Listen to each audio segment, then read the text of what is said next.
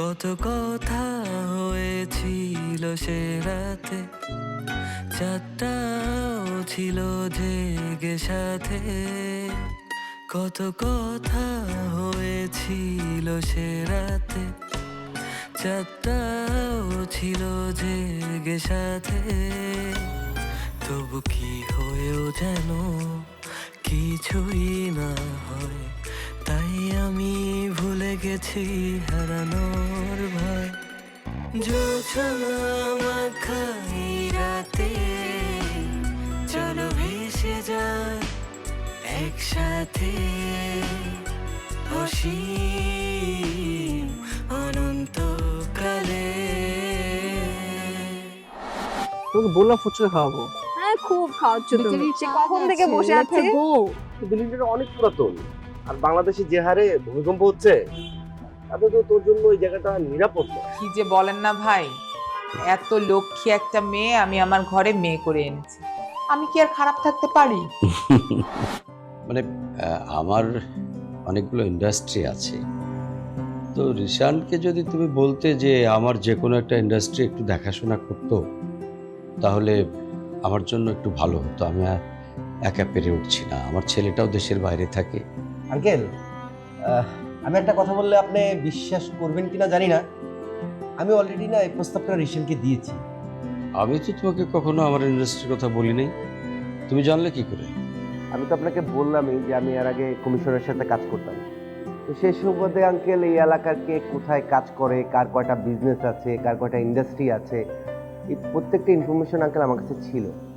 আর আপনি তো অনেক বড় ব্যবসায়ী আঙ্কেল, আপনাকে কে না চিনে। এখন অবশ্য আমি কমিশনের সাথে নাই, আমার কাছে তো অন্য প্ল্যান আছে আর কি। নিজে কমিশনার হওয়ার চেষ্টা করছো নাকি? জি আঙ্কেল, একটু দোয়া করবেন। বুঝতে পেরেছি, তুমি যে উদ্দেশ্যে আমার কাছে এসেছো, আমার হেল্প পাবে তুমি। তোমার নাম্বারটা দিয়ে যাও। জি আঙ্কেল, 01 ওকে আঙ্কেল, আমি তাহলে এখন উঠি। এসো। জি আঙ্কেল, আসসালামু আলাইকুম। ওয়ালাইকুম আসসালাম।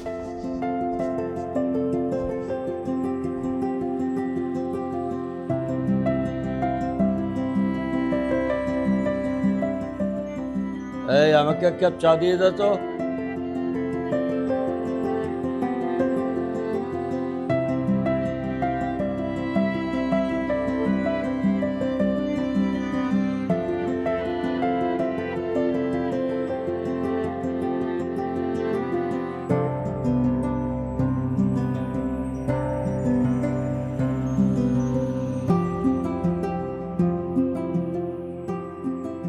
বাবা শোন, আমি কলেজ যাচ্ছি, তুমি নাস্তাটা খেয়ে নিও। তুই খাবি না? না আমি খাবো না বাবা, আমি অলরেডি দেরি করে ফেলেছি অনেক। যাই। হ্যাঁ শোন, আবার কি বাবা? সাবধানে যাস। উফ, তুমি এর আগে যতবার আমাকে সাবধান যেতে বলেছো, আমার সাথে কোনো না কোনো একটা অঘটন ঘটেছে। আল্লাহ জানে আজকে আবার কি অঘটন ঘটবে। ঠিক আছে আমি গেলাম, তুমি নাস্তাটা খেয়ে নিও। ঠিক আছে, যা।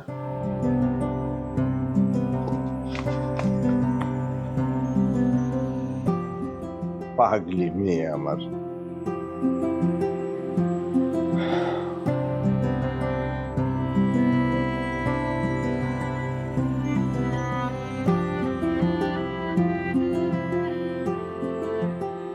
রিশান, কি করিস রে বাবা?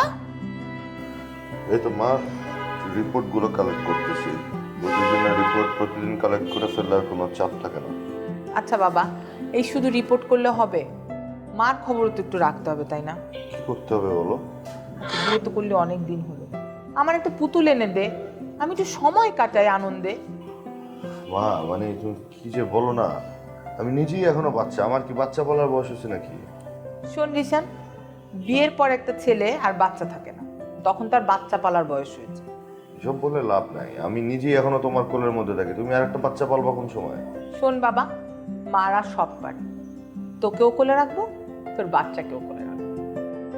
ও একটা ভালো কথা, ইদানিং না টগর খুব ঘন ঘন আসতেছে। কেন রে? আমার না ওর ভাবসাবটা ঠিক ভালো লাগতেছে না।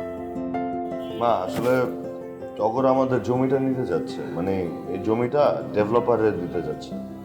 তাহলে এখানে 10টা ফ্ল্যাট হবে, যেটা দিয়ে 5টা আমাদের দেবে, বাকি 5টা বিক্রি করবে। শোন বাবা, এই বাড়িটার পেছনে আমার অনেক স্মৃতি। বউ হয়ে প্রথম আমি এই বাড়িতেই আসছিলাম। তোর বাবা শেষ দিন পর্যন্ত এই বাড়িতেই থেকে গেছে। তোর ছোটবেলা থেকে বড় হওয়া সব এই বাড়িতে। এটা আমি ভাঙতে দিব না।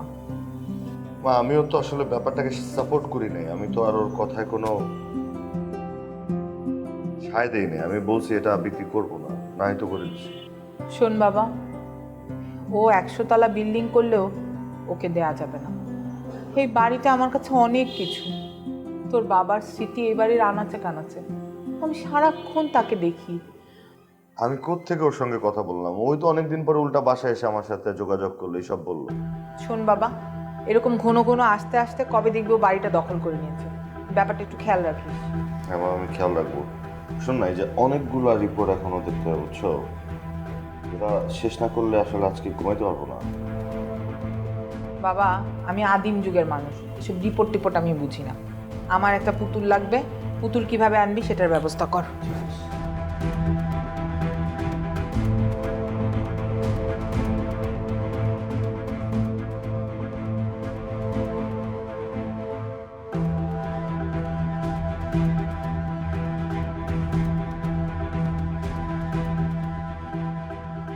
ওই যাও সোনা পাখি, এত তাড়াহুড়া কইরা? হ্যাঁ, আমি কলেজ যাচ্ছি, আমার পথ ছাড়ুন, আমাকে যেতে দেন। বাহ, আমার পাখির কি তেজ! বাহ বাহ বাহ। তা আমার সাথে তো তেজ দেখা কোনো লাভ নেই। হ্যাঁ? লাভ আছে, তেজটা একটু কমাও, বুঝছো? যাওয়ার আগে একবার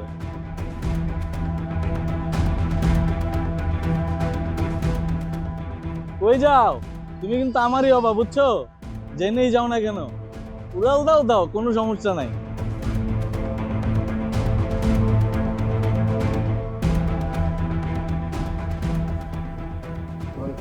ওয়ালাইকুম সালাম, বসো। চা খেয়েছো?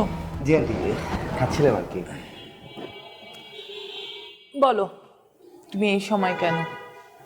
আন্টি, আসলাম আর কি আপনার কাছে। আমার কাছে কেন? আন্টি, আঙ্কেল মারা গেছে সেই কবে। তার রেখে যাওয়া এই জরাজীর্ণ বিল্ডিংটায় আপনি কি সুন্দর গুছিয়ে বসবাস করছেন। আন্টি, এটা না ছেলে হিসেবে আমার একদম ভালো লাগছে না দেখতে। আমি তো আপনার ছেলে, তাই না আন্টি? দেখো টগর, তোমার আঙ্কেলের রেখে যাওয়া এই জরাজীর্ণ বিল্ডিংটা আমার কাছে 10 তলা বিল্ডিং এর থেকে কম নয়। হ্যাঁ আন্টি, কম কেন হবে? আর মানুষ তো চায় নিচতলা থেকে দোতলা দিকে ওঠার জন্য। আপনি কেন নিচতলা থাকতে যাচ্ছেন বলেন তো? আপনার কি এই সন্তানের প্রতি বিশ্বাস নেই আন্টি? বিশ্বাস বিশ্বাস আমি আমার ছেলেকে করি, কিন্তু তোমাকে করতে পারছি না। আন্টি, আমার উপর কেন বিশ্বাস নেই আন্টি? আর কি করলে আপনি বিশ্বাস স্থাপন করতে পারেন আন্টি, বলবেন? কিছুই করতে হবে না, তুমি যেভাবে আছো সেভাবেই থাকো। আন্টি, আন্টি একটু বোঝার চেষ্টা করেন আপনি। কি বোঝার চেষ্টা করব? তুমি আমার এই জমিটা দখল নিতে আসছো, দখল বসাতে চাচ্ছ এটা? আন্টি, আপনি কথাটা এভাবে কেন নিচ্ছেন আন্টি? আমি তো জায়গাটা নিচ্ছি না আন্টি। আর তাছাড়া আপনাদেরকে তো এই জায়গা থেকে আমি সরিয়ে দিচ্ছি না, বের করে দিচ্ছি না আন্টি। বাড়িটা যখন ভেঙে তুমি 100 তলা বিল্ডিং করবে, তখন তো এই বাড়িটা ভাঙতে হবে। আর যখন ভাঙতে হবে তখন তো আমাকে বের হয়েই যেতে হবে। আন্টি, তখন না হয় আপনারা আমাদের বাসায় যাই উঠলেন। টগর, তোমার কথা আমার ভালো লাগছে না। তুমি যদি কিছু মনে না করো, তুমি এখানে আসলে আমি খুশি হই। ঠিক আছে আন্টি, আমি তাহলে আসি। আপনি একটু ভেবে দেখে নেন তাহলে।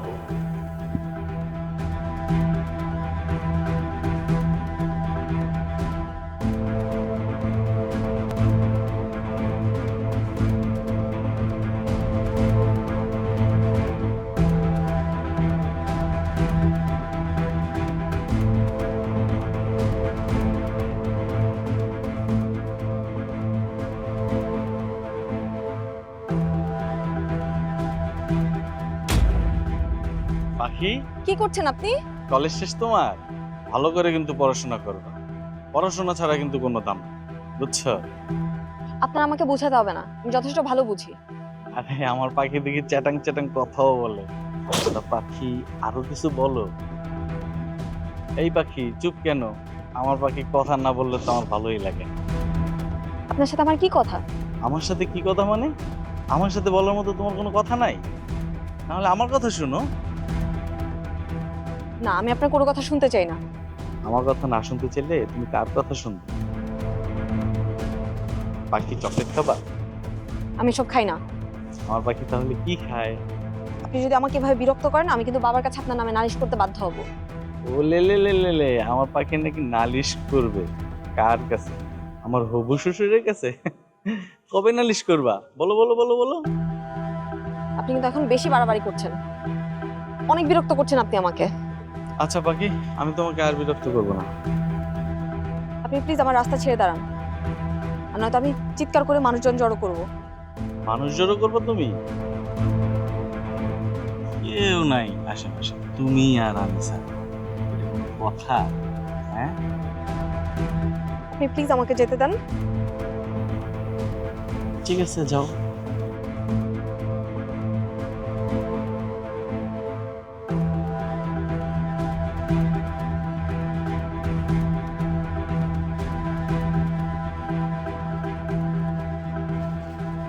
আরে ভাবি, তো যাচ্ছেন বুঝি? হ্যাঁ, একটু মার্কেটে যাচ্ছিলাম।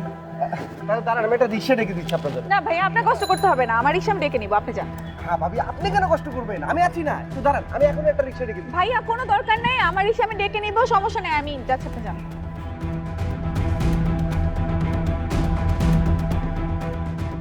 ভাবি, তোমারে পাইলেই তো আমার অর্ধেক কাজ শেষ। তারপরে আমার শিকার হলো তোমার বাবা। এখন এই টগর খেলবে, আমার খেলা এখন এখান থেকে।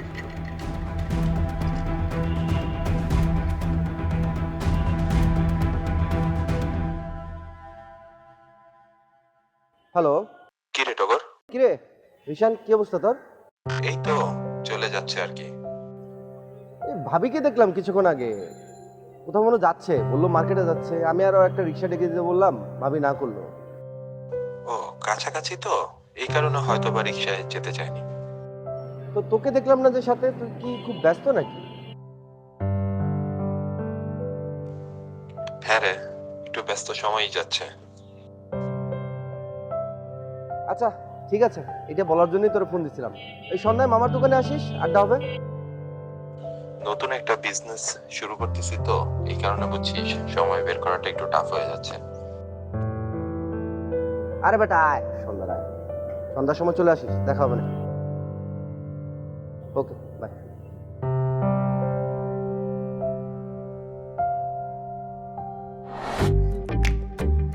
বাহ,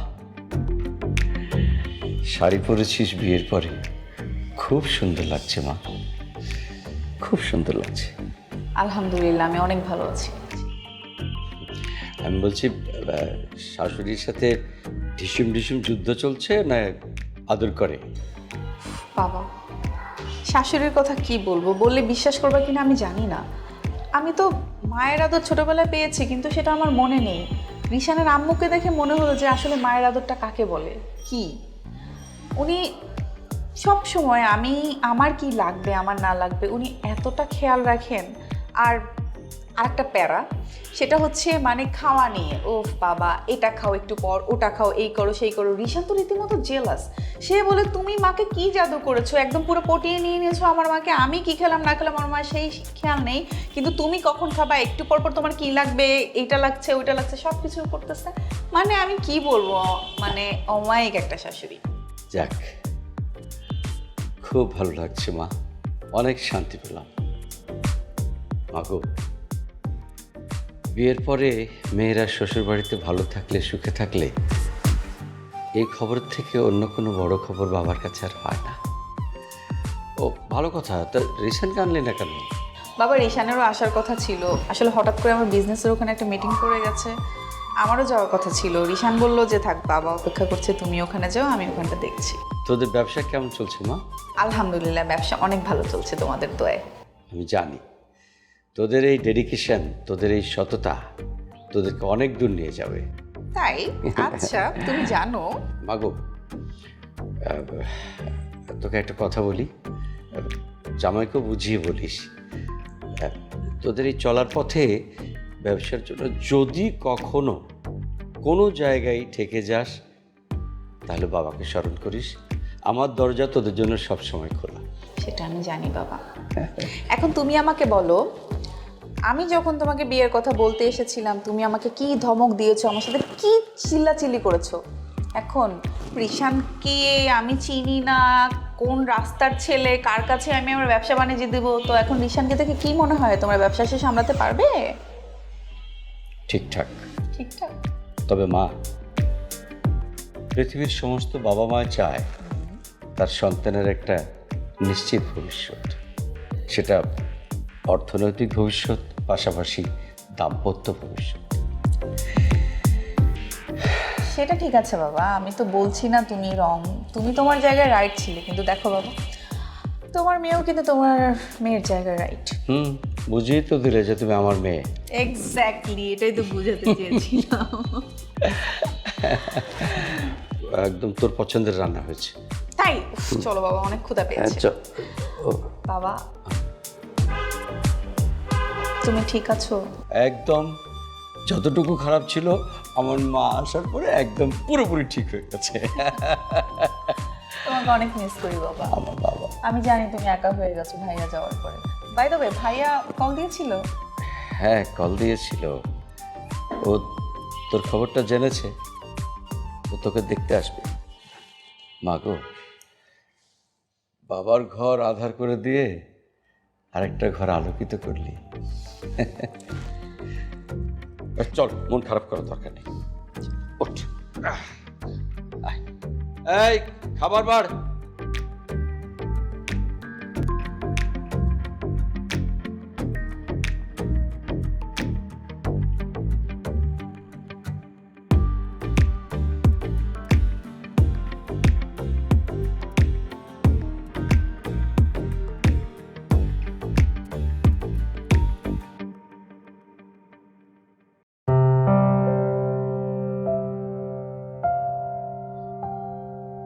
কি ব্যাপার? আমার রাজকন্যা এখানে মন খারাপ করে বসে আছে। তুই তো এভাবে চুপচাপ থাকার মেয়ে না রে মা। কি হয়েছে? কিছু হয়নি বাবা। কিছু তো একটা হয়েছে, সেটা বুঝতেই পারছি। কি হয়েছে সেটা বলবি তুই? বললাম তো কিছু হয়নি। দেখ, আমার কাছে একদম লুকানোর চেষ্টা করিস না। সন্তানের কোনো কিছু হলে সবার আগে বুঝতে পারে মা বাবা। তোর যে কিছু একটা হয়েছে এটা আমি 100% শিওর। এখন কি হয়েছে সেটা খুলে বল। কিছু হয়নি বাবা, বললাম তো। আহা, আবার কেন বলছিস কিছু হয়নি? কিছু একটা হয়েছে, কি হয়েছে সেটা আমাকে বল। কেন বারবার সেম প্রশ্ন করছো তুমি আমাকে বাবা? আমি বললাম তো আমার কিছু হয়নি, কেন বিরক্ত করছো আমাকে? আচ্ছা ঠিক আছে, এখন বলতে ইচ্ছে না করলে বলার দরকার নাই, পরে বলিস। ওই খাবারটা খেয়ে নে, যা। এভাবে না খেয়ে বসে থাকলে তো স্বাস্থ্য খারাপ হয়ে যাবে। আর খাবারের সঙ্গে রাগ করে তো লাভ নাই। খাবারের সাথে কিন্তু এই রাগ বা মন খারাপের কোনো সম্পর্ক নাই, ঠিক আছে? যা, খাবারটা খেয়ে নিস, ঠিক আছে? বাবা, খাবার কই থেকে আসলো? আমি তো আজকে দুপুরে রান্না করে যাইনি। তুই রান্না করিসনি তো কি হয়েছে? আজকে আমি তোর জন্য রান্না করেছি। তো একটু রিশানকে বুঝিয়ে বল না মা, আমার এতগুলো ইন্ডাস্ট্রি একা সামলাতে বড় কষ্ট হচ্ছে। তোর ভাইও দেশের বাইরে, একসময় তো তোদের হাতেই সব দিয়ে চলে যেতে হবে আমাকে। বিয়ে দিয়ে দিলেই ওরা ধরেন যে রাস্তাঘাটে না আটকাইয়া যা আটকানো যা করার ঘরের মধ্যেই করলো। ঘর জামাই হয়ে থাকতে পারে না? তুই তো তোর বাবার একমাত্র মেয়ে, আর তার তো কোনো ছেলেও নাই। ঘর জামাই হয়ে থাকতে সমস্যা কি? নো, আমার বাবা মোটেও অন্য কোনো ছেলেকে ঘর জামাই রাখতে পারে না, আর আমি চাই না আমার জামাই ঘর জামাই থাকুক। হাসির আড়ালে